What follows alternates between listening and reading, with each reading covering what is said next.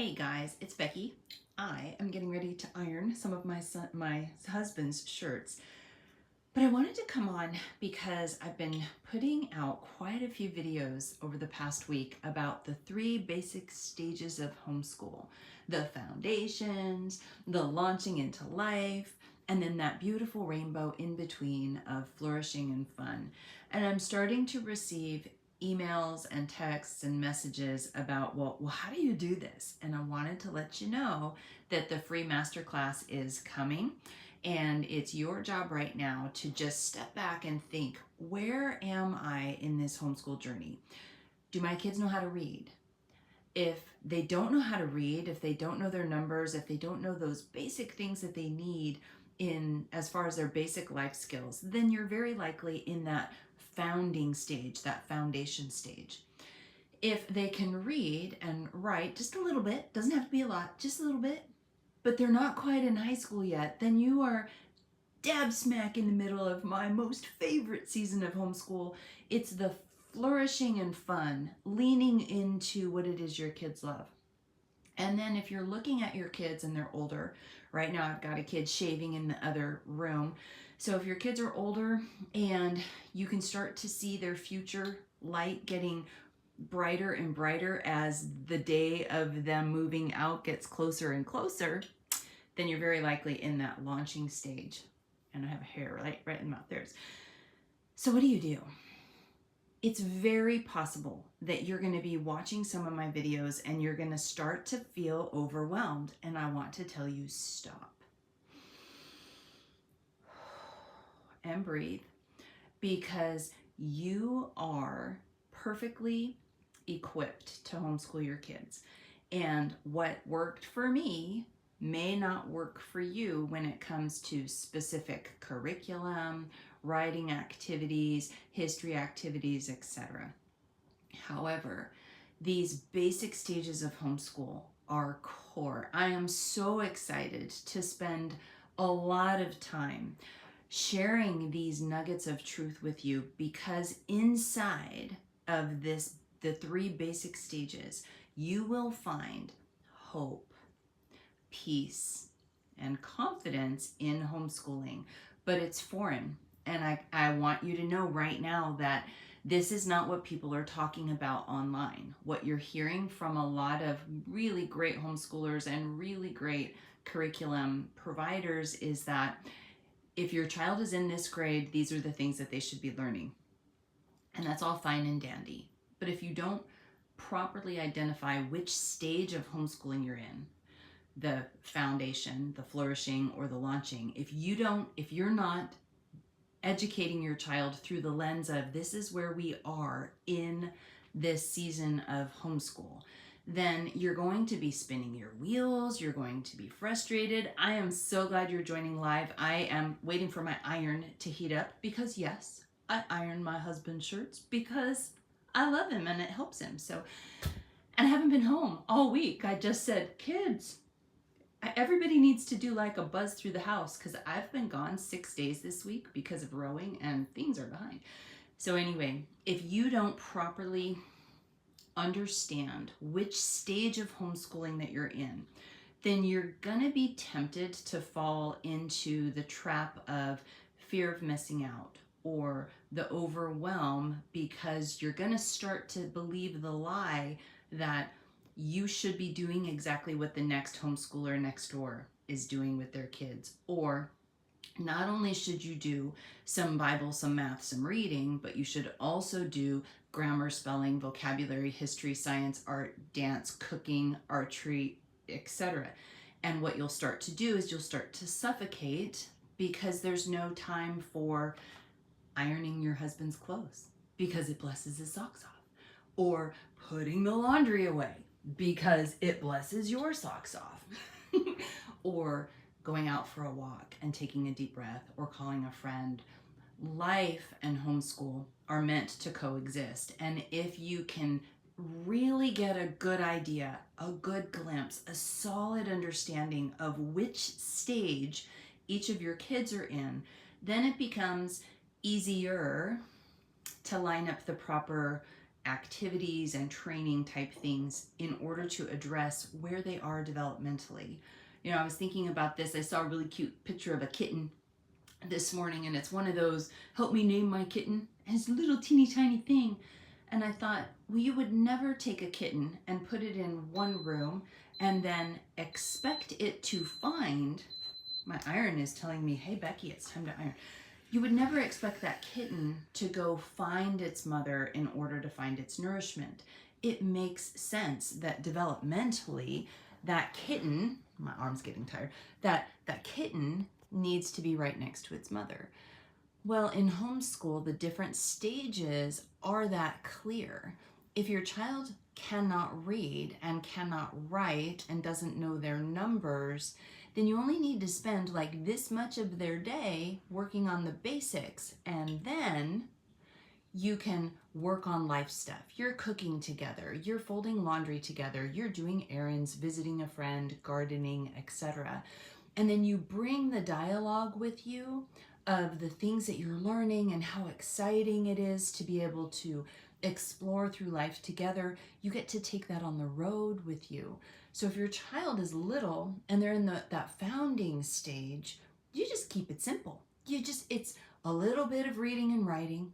And what does that mean?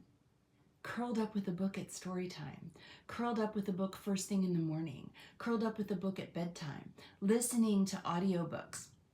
You could do so much where you're just enjoying stories together. And math can be as simple as rolling a dice, seeing a number, whatever it is, 4, and then saying, okay, this is our daily challenge for today. Let's see how many 4s we can find in the wild. And you can give them a clipboard and they can do tally marks and tally all the 4s that they see, or things that have 4 legs, things that have 4 wheels, etc. Lean into the foundations when they're really little. When they're getting ready to launch into life, that's when you start to feel like Han Solo in the Millennium Falcon and you see the stars start to warp past you, and you kind of do the little mini panic because you don't have much time to get in all those last life lessons and things of budgeting and the challenge of credit and which choices you should make socially when you're out and about, etc. All those things that make your heart beat fast, right? So launching is a different season. Most homeschoolers that are out here searching for homeschool stuff are either in that foundation stage or they're in the should be flourishing and fun stage. And I had a homeschool mom, she's actually watching live right now, ask me in a message about, well, what does it mean to lean into something that your kids love? And we're going to go over that in the masterclass about the 3 stages of homeschool. And I will go into detail about how you do that. But in a nutshell, and I wanted to come on because I think this is an important lesson. We get so hung up on curriculum, what our kids should learn in 3rd grade or 4th grade or 10th grade, that we lose the magic moments. We see our child's eyes light up when they find fill in the blank, a rock, a shell, eggs out in the wild. They watch something happen on TV and they're very interested in the physics behind it, the math behind it, the science behind it. They smell something that's fantastic and it captivates their soul. And then we quickly have them push that aside in order to finish the next page in the curriculum. Oh, Mr. Iron, please don't go out because we must iron hubby's clothes very soon. We miss the opportunity to lean into what it is that they love. So we'll just use ironing as an example. When I was a little girl, I thought ironing was really super cool. I really did. I'm weird. It turns out that my particular brain loves repetitive and boring conveyor style assembly line things. So I'm perfect to set on a table and say, just put these components together, just put these packets together, just assemble these worksheets or learning units or iron. I love to do things over and over and over. But if I was a child that was like me when I was a little girl, you could lean into ironing by and this is kind of a dumb example because I know I had a friend over one time for coffee and I was out there ironing my husband's clothes And the little girl, she was about 7, she looks at her mama and she points and she goes, "Mommy, what's that?" Which of course is a clear sign that that mom doesn't iron clothes.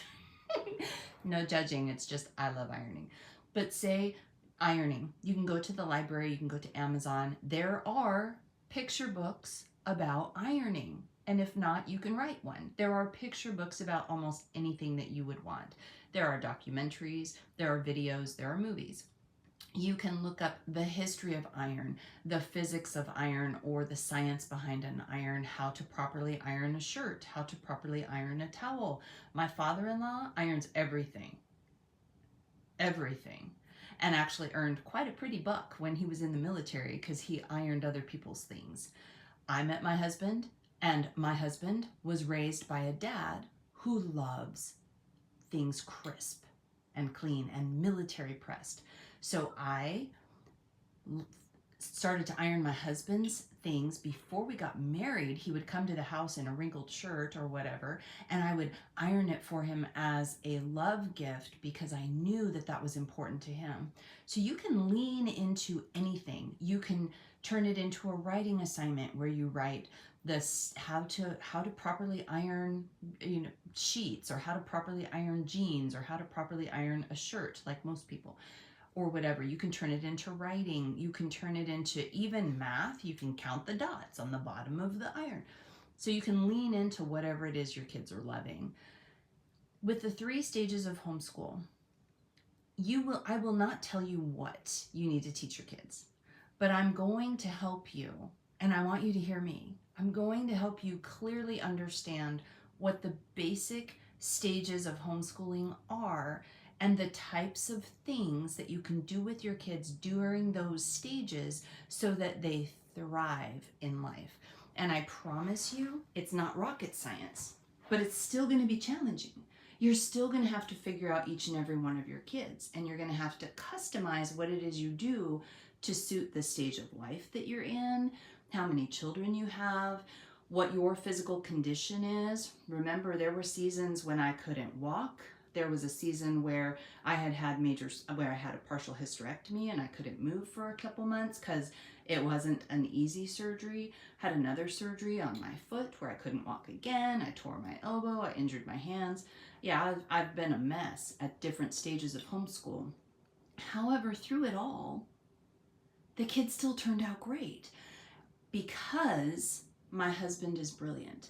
He has you step back and look clearly at where you are and then identify goals to help you move through those seasons. And I gleaned onto that very early in our homeschool career.